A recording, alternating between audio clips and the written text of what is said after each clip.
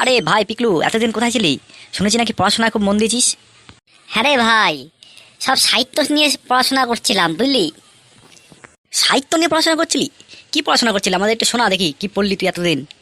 সাহিত্যের তো অনেক কিছু পড়েছি, তবে তোকে আমি নারী এবং পুরুষের সম্পর্ক নিয়ে কিছু কথা তোকে বলি, এবং কোন কবি নারী এবং পুরুষের সম্পর্ক নিয়ে কি বলেছে সেটা বলছি তোকে, শোন তাহলে। নারী পুরুষের সম্পর্ক? হ্যাঁ হ্যাঁ হ্যাঁ, বল বল বল শুনি। শোন তাহলে, শেক্সপিয়ার নারী এবং পুরুষের সম্পর্কের কথা বলতে গিয়ে বলেছেন যে একজন ছেলে কখনোই একজন মেয়ের বন্ধু হতে পারে না, কারণ এখানে আবেগ আছে, দৈহিক আকাঙ্ক্ষা আছে।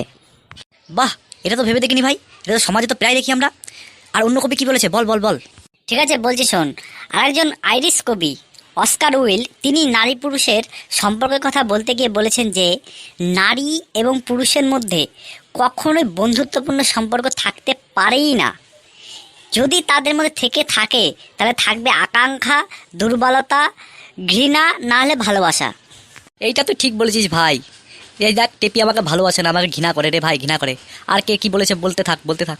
এতক্ষণ তো তোকে বিদেশি কবিদের কথা বললাম, এবার তাহলে আমাদের বাংলার কবি হুমায়ুন আহমেদ কি বলছেন ছেলে মেয়েদের সম্পর্কের কথা বলতে গিয়ে শোন।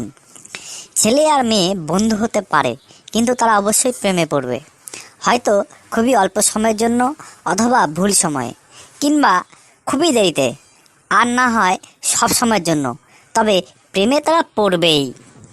বাহ, তাহলে মোদ্দা কথা বলতে গেলে বলা যাচ্ছে যে ছেলে এবং মেয়েতে শুধুমাত্র বন্ধুত্ব অসম্ভব এবং প্রকৃতি বিরুদ্ধ। কেননা শুধুমাত্র বন্ধু হলে প্রকৃতি নিজের অস্তিত্বকে হারাবে।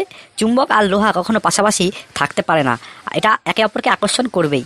সুতরাং ছেলে এবং মেয়ে বন্ধুত্ব হতে পারে, কিন্তু একসময় প্রেমে বা অবৈধ সম্পর্কের রূপ নেবেই, এটাই স্বাভাবিক।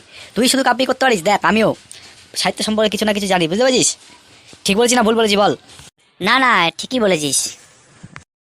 ভিডিওগুলো ভালো লাগলে লাইক করুন, কমেন্ট করুন।